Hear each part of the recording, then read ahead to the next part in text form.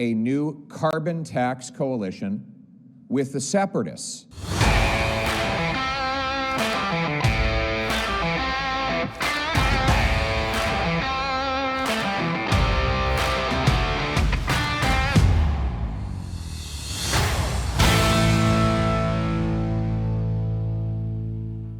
Welcome back to Northern Perspective, everyone. I'm Cypher. And I'm Fox.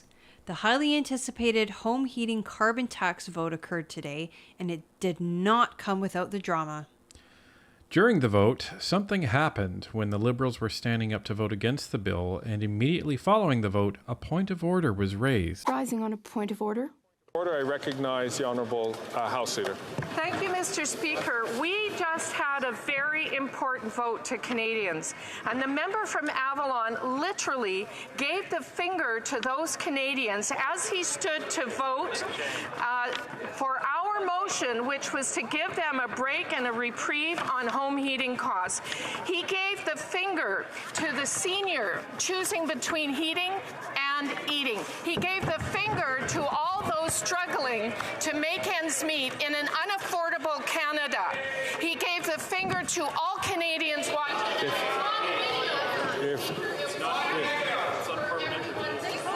If I could ask the... Okay, so when we were watching this earlier, we initially thought, is this just symbolism that they're talking about? Because the House whip for the Conservatives is talking about Ken MacDonald. Ken MacDonald is the MP for Avalon in Newfoundland. Ken did not vote for the motion this time, like he voted last time. So we were kind of confused when we heard this, and that I was thinking, well, how can you call a point of order just the way somebody voted? But that's not what she was talking about. Getting close to debate, but I see the honourable member rising, I'm assuming in response to the point of order. The honourable member? Yes, Mr. Speaker, I will rise on the same point of order. I scratched the side of my head with 2 fingers. So if they think it's 1 finger, that's up to them. They can take it how they like.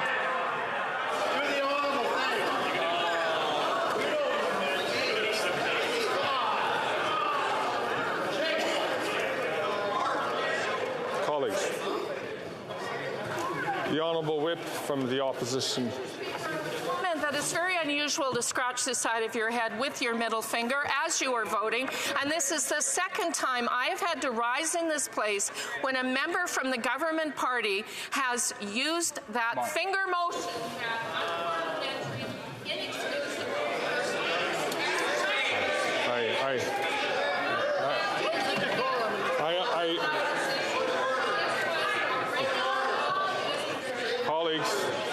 Colleagues. We are now. Colleagues, so I'm going to ask you to both take your seats, please. Please. I'm going to ask both of you to take your seats, please. Colleagues, we had a point of order raising a very serious issue in terms of comportment, decorum, and respect in this House. It was raised by the honourable member.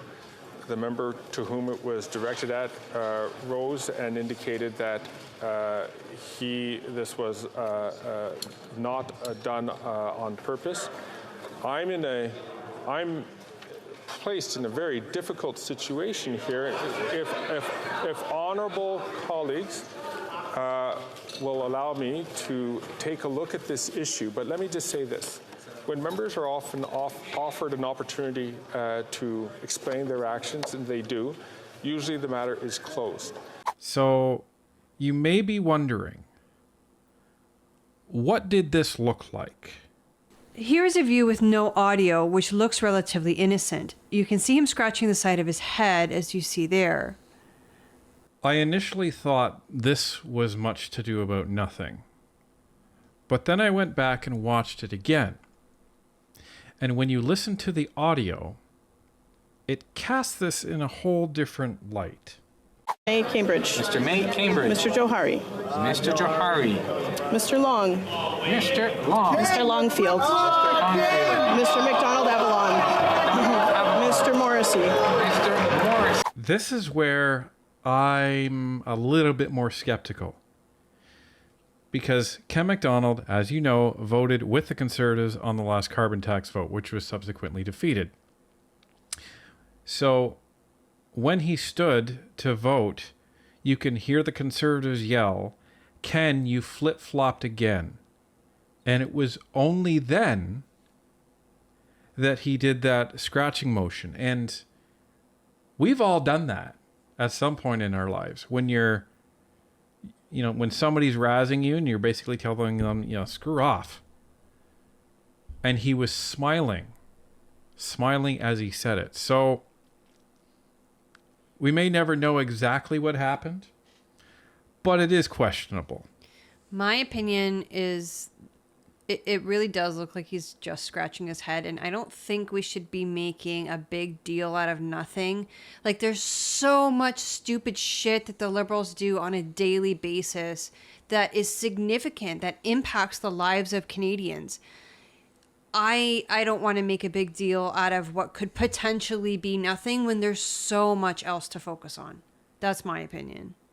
Anyhow, let's see what the opposition leaders had to say about today's vote. So you don't support removing the carbon tax on home heating. You're just saying that this vote is in opposition to what the Liberals are doing, which is this kind of regional, pitting regions against regions. So you don't support removing the carbon tax on home heating. What we've laid out two things. First of all, we reject absolutely the Liberals' divisive plan. We think it's unfair. It pits regions against each other, and so we're voting to reject the Liberals' divisive plan. We do believe in fighting the climate crisis, unlike the Conservatives, who don't even have a plan to deal with something that Canadians clearly have experienced. This past summer is one of the worst on record with forest fires. We've also seen extreme weather like flooding in short periods of time. So we know we're dealing with extreme weather. Our plan is, let's take the GST off of home heating. That helps all Canadians, not certain regions. We want to continue to fight against climate crisis by putting a windfall tax on big oil and gas companies and use that revenue to help all Canadians getting a heat pump. Our plan is to continue fighting the climate crisis, but do it in a way that gives all Canadians relief and gives all Canadians help to do their part to reduce their own cost of energy when it comes to heating their homes, but also reducing emissions. But the Greens say that you fell into a trap by voting for the Conservative motion. What do you say to that? I say what the Liberals set up a scenario that was very unfair. And it was very clear that Canadians looked at the Liberals' plan and said, that doesn't make any sense. Why are you picking and choosing? And the Liberal minister, and effectively the Liberal government and the Prime Minister, said the quiet part out loud in an interview when asked why certain parts of the country are getting it or not. The Liberal minister literally said, well, if other people wanted to get it, they should have voted Liberal. So clearly this is divisive. They meant it to be divisive, and we're rejecting that. We think that's ridiculous. But we also reject the ridiculous approach of the Conservatives, who don't even have a plan to deal with one of the biggest worries on Canadians' minds. Last summer, we met with communities that lost everything because of extreme fires or extreme flooding. So we know this is a problem. We've got to tackle it, and our plan does both. So that was Jagmeet Singh at around noon today, before the vote happened, before question period. And his answers are interesting. He says that they don't want to vote with the Conservatives because they have no climate plan, but they were voting against the Liberals because of the divisiveness. And also, it sounds like the NDP wants you and your family to freeze in the winter because they are also pushing heat pumps. Yeah, it doesn't make a lot of sense. And never mind the fact that they voted against almost this exact same motion again a year ago. So they voted against it then. So they're trying to say, well, the reason why we're voting, for it now is because of the divisiveness of Trudeau. But I think this sent a message to Trudeau that the NDP are starting to distance themselves. And we've seen that in committee as well. So this could be a changing of the tides very slowly for Jagmeet and the NDP. But let's get to what Pierre said. A new carbon tax coalition with the separatists to divide our country. Given that the NDP was forced to flip-flop on Trudeau's plan to quadruple the tax, he had to find a new partner to keep him in power and avoid this non-confidence vote from passing. And who was there to save him? The separatists. So he's now signed on with the separatists to divide Canadians into two separate classes: those who will have to pay carbon tax on their home heat, and a small minority who will get a pause from the pain. All of Trudeau's MPs sold out their constituents and voted to make their home heating more expensive.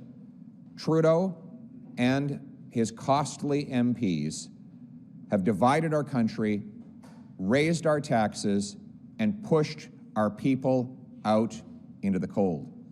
After 8 years of Justin Trudeau, 2 million people, a record-smashing 2 million people, had to go to the food bank in a single month. After 8 years of Trudeau, we've had the worst inflation in 4 decades and the fastest rises in interest rates in monetary history. So what Pierre's trying to do there is he's trying to now paint the Bloc with the same brush he's been painting the NDP with this carbon tax coalition. Now, I'm not sure why he called this a non-confidence vote, because it wasn't. He asked Trudeau, to make it a confidence vote last week, and obviously Trudeau didn't bite with that. So I'm actually not sure why he said that. Maybe it was just to drum up some drama about this. I can't really be sure, but it is interesting that the Bloc did choose to support Trudeau on this,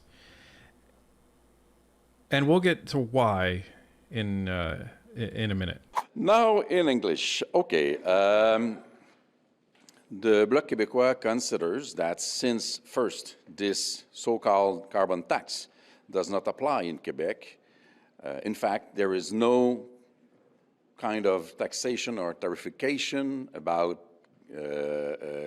greenhouse gas emissions in Quebec, which federal tarification or taxes which applies in Quebec. There's none. Quebec has its own system which works well, and maybe some other Canadian provinces should look into it as an example of things that might be tried.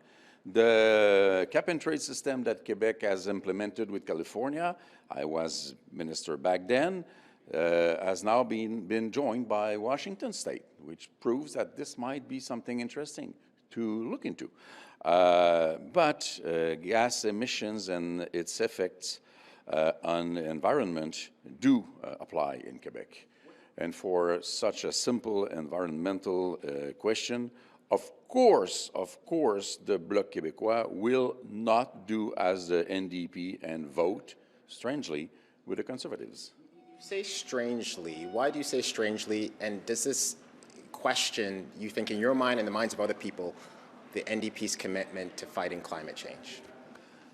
You know what? I have said so many times, environment is not a fancy thing that you entertain between crises. It is, in and by itself, a very important issue. And we have to be constant and patient and determined in those matters. If the federal government wants to improve our gas emission in domestic heating, the good idea is to support the financing of, I do not know how to translate thermopump, heat pumps. That's a good idea. But reducing taxes on mazout fuel or any other oil or gas type of heating is an idea which goes against the best interest of the whole planet. Okay, so there's been a lot of talk about this, and there's been some theories put forth about, did the NDP vote with the Conservatives because they knew this would be defeated? Can't answer that. That's a possibility. Why did the NDP vote with the Conservatives here? Well, I think the reason they voted with the Conservatives is because of how everything's polling, and they wanted to be on the right side of history on this one. So then people may be saying, well, why would the Bloc join with the Liberals on this? Well, in my opinion, there's a couple of reasons. Number one, I think that the Bloc politicians are for separation. I think that's just a core issue in Quebec that's never going to go away, despite the fact that recent polls suggest that only 35% of Quebecers are in favor of separating. So that's number one. Number two, I think that they view the fact that if they vote for this motion, then it looks bad on them because they're trying to help provinces outside of Quebec. Yeah, I mean, you've said it right in the first sentence. Like, oh, well, Quebec doesn't have this tax, so, of course we'd vote for it, kind of to screw over the other provinces, right? Right, and it's the thing that a lot of people have said, and I don't disagree, is why is Quebec even allowed to vote on this? Why does Quebec have a party that's only within Quebec? That's the other question. That's like their provincial party is also a federal party. Yeah, that's another question for another day, I suppose. And plus, they have nothing to lose. They have nothing to lose by voting against this, right? There are no Bloc Québécois MPs outside of Quebec. And because there's nothing in Quebec that has anything to do with the setup of the carbon tax as it affects the rest of Canada, they don't care. They don't care one bit. He can talk about, oh, well, we care about the environment and all of this stuff. It has nothing to do with that. They want to look like they care about the environment, and they want to look like that they don't give a damn about the rest of Canada. Well, they certainly achieved that. But you may be thinking that, do the Bloc now pose a problem when it comes to a confidence vote for the Liberals in the future? We're not so sure on that. Take a look at the latest polls from the Quebec federal ridings, and take a look at the dive that the Bloc has taken in their numbers. That doesn't look too good. Now let's take a look at the projected seat count if an election were to be held today. The issue is that the Bloc are losing seats. The Liberals are gaining confidence. So even though the Bloc voted with the Liberals today, their number one threat in an election is the Liberals. So it doesn't make sense at all for them to be voting with the Liberals in a confidence vote, because all that's going to do is drive people even further over to the Liberal side. So when it comes to this Liberal Bloc coalition, my feeling is that that's a lot of posturing by Pierre, which is what he's supposed to be doing. And that should a confidence vote come in the spring, my bet is that the Blocs are going to vote for it, because the proof's in the pudding here, folks. They're on the decline while the Liberals are on the rise in Quebec, and they have to do something, and they cannot be viewed as supporting the Liberals.